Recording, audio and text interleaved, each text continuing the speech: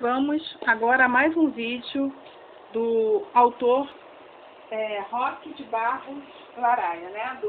Mais um vídeo, melhor dizendo, da leitura do livro Cultura, um conceito antropológico. Agora vamos ler a parte que trata a cultura tem uma lógica própria. Já foi o tempo em que se admitia existirem sistemas culturais lógicos e sistemas culturais pré-lógicos. Levi Bru, em seu livro A Mentalidade Primitiva, admitia mesmo que a humanidade podia ser dividida entre aqueles que possuíam um pensamento lógico e os que estavam numa fase pré-lógica. Tal afirmação não encontrou, por parte dos pesquisadores de campo, qualquer confirmação empírica.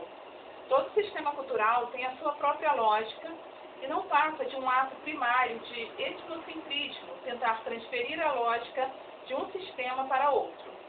Infelizmente, a tendência mais comum é de considerar lógico apenas o próprio sistema e atribuir aos demais um alto grau de irracionalismo.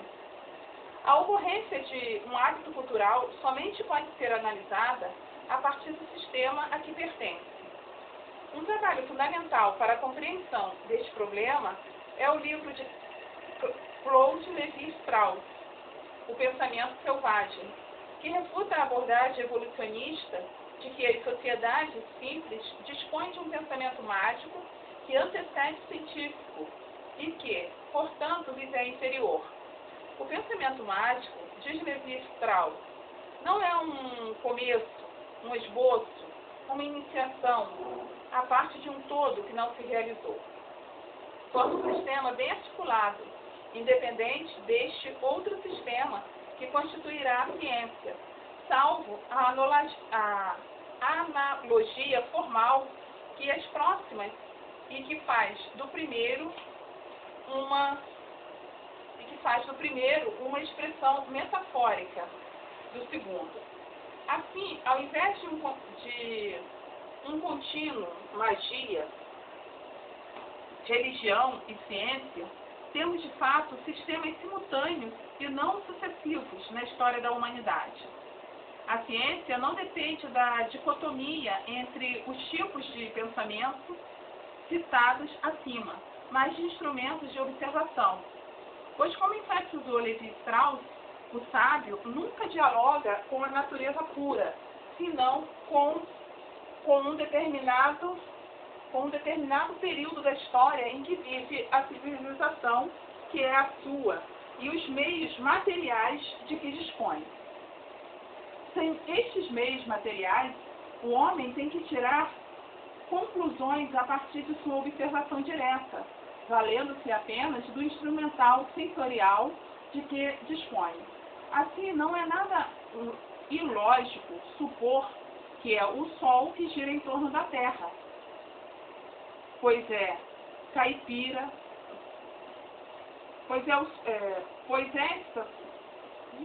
assim, não é nada ilógico supor que é o Sol que gira em torno da Terra, pois é esta sua sensação. Uma conhecida nossa perguntou a um caipira paulista como é que o Sol morre todos os dias no oeste e nasce no leste. Ele volta apagado durante a noite, foi a resposta que obteve. Menos que um pensamento absurdo, trata-se de uma outra concepção a respeito do universo, obviamente diferente da nossa, que dispomos das informações obtidas por sofisticados observatórios astronômicos. Sem o auxílio do microscópio, é impossível imaginar a existência de germes.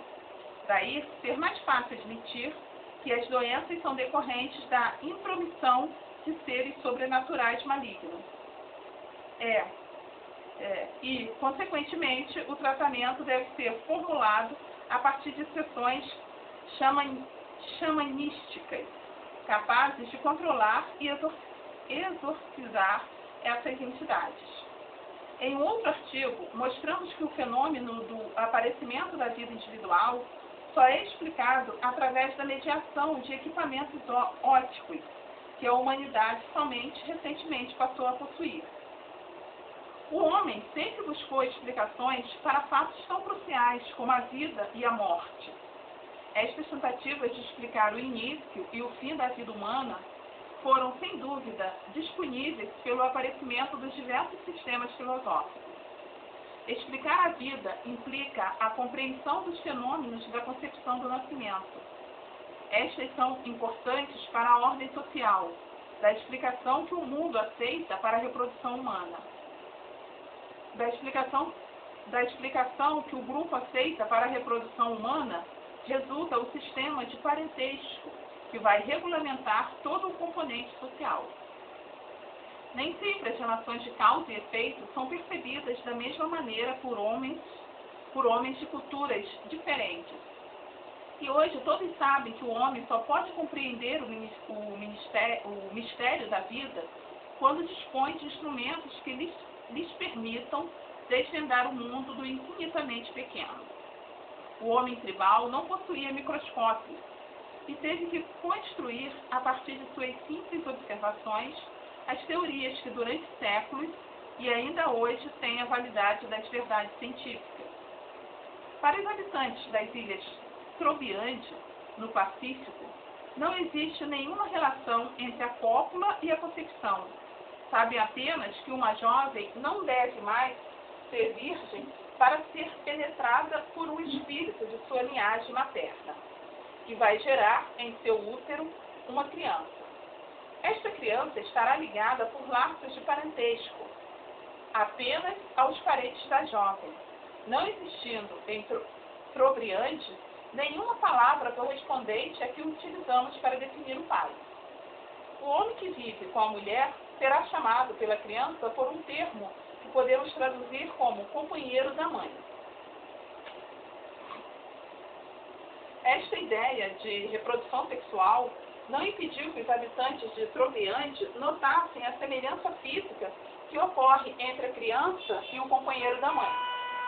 A explicação encontrada foi a de que a criança convive diariamente com aquele homem e dele copia os gestos, o modo de falar, as expressões faciais, dando a ilusão de uma semelhança. Além disto, deve-se considerar que o limitado estoque genético de um grupo excessivamente endogâmico não torna tão relevante a identidade física. Por outro lado, os índios G do Brasil correlacionam a relação sexual com a concepção, mas acreditam que só uma cópula é insuficiente para formar um novo ser. É necessário que o homem e a mulher tenham várias relações para que a criança seja totalmente formada e torne-se apta para o nascimento. O recém-nascido pertencerá tanto à família do pai como à da mãe. E se ocorrer que a mulher tenha, em um dado período que antecede ao nascimento, relações sexuais com outros homens, todos estes serão considerados pais da criança e agirão socialmente como tal. Outra é a concepção dos índios Tupi, também do Brasil. Para este, a criança depende exclusivamente do pai.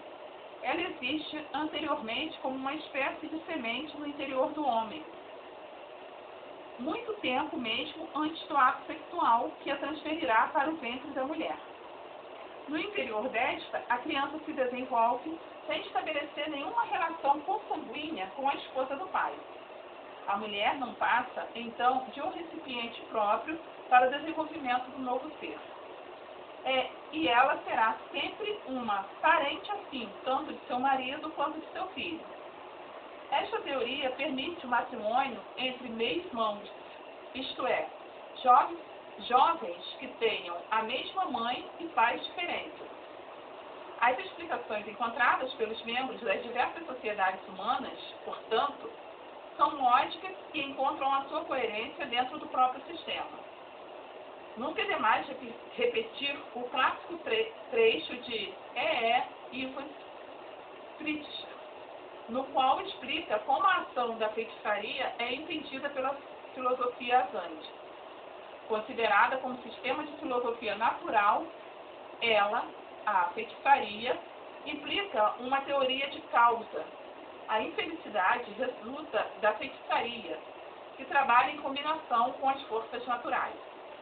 Caso um homem receba uma chifrada de um búfalo, caso lhes caia na cabeça um celeiro cujos suportes tenham sido minados pelas térmitas, ou contraia uma meningite cérebro-espinhal, os agentes afirmarão que o búfalo, o celeiro ou a doença são causas que se conjugam com a feitiçaria para matar o homem. Pelo búfalo, pelo celeiro, pela doença.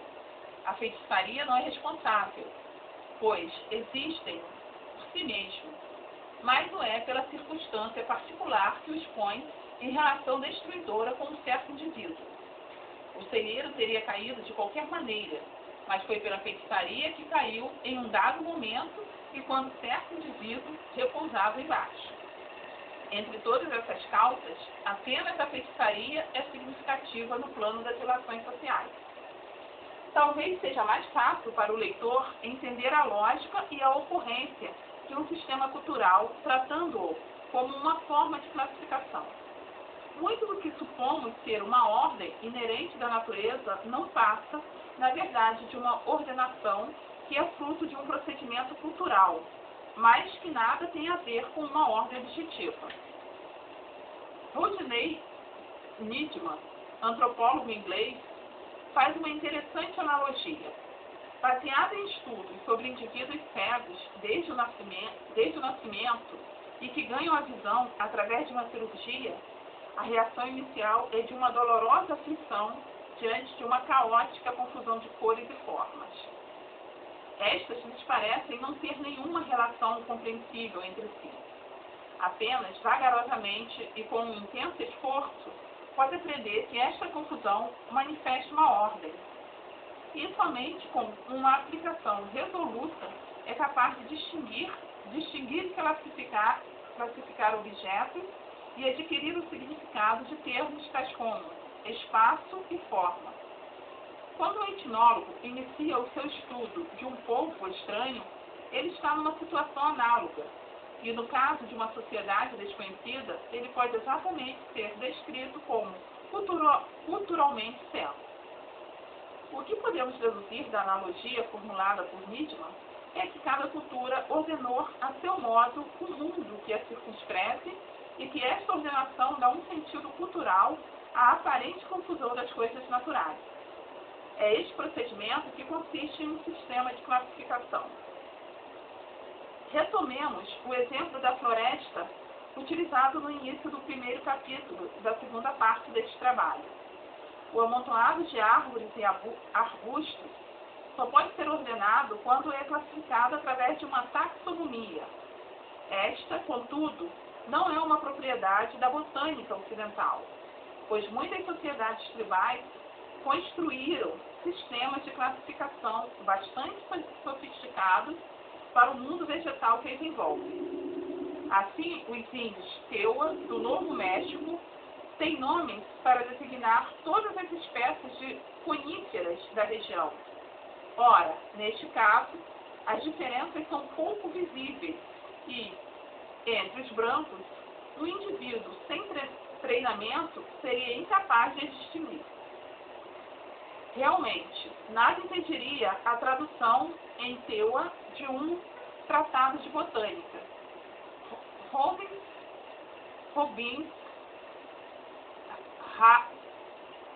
Harrington e Freire Marreco, citados por Levi Strauss, 1966, página 25, que todas as sociedades humanas dispõem de um sistema de classificação para o mundo natural, parece não haver mais dúvida. Mas é importante reafirmar que esses sistemas divergem entre si porque a natureza não tem meios de determinar ao homem um só tipo taxonômico. Por isso, o morcego é muitas vezes colocado numa mesma categoria com as aves, da mesma forma que a baleia é vulgarmente considerada um peixe.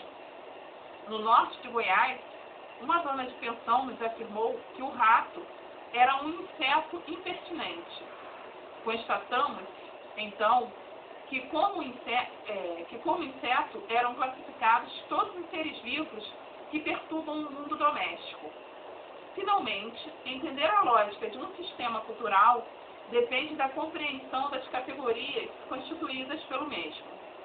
Como categorias entendemos como mal esses princípios de juízos e raciocínios, constantemente presentes na linguagem, sem que estejam necessariamente explícitas. Elas existem ordinariamente, sobretudo sob a forma de hábitos, diretrizes da consciência, elas próprias inconscientes. A noção de mana é um desses princípios. Ela está dada na linguagem, está implicada em toda uma série de juízos e raciocínios, tendo por objetos atributos que são aqueles do mana. O leitor brasileiro entenderá melhor esta definição se trocar a palavra mana por panema, azar ou reima. No próximo vídeo continuaremos a leitura do livro do autor Roque de Barros Laraia, Um Conceito Antropológico. E aí iremos ler o capítulo 5 da segunda parte. A cultura é dinâmica.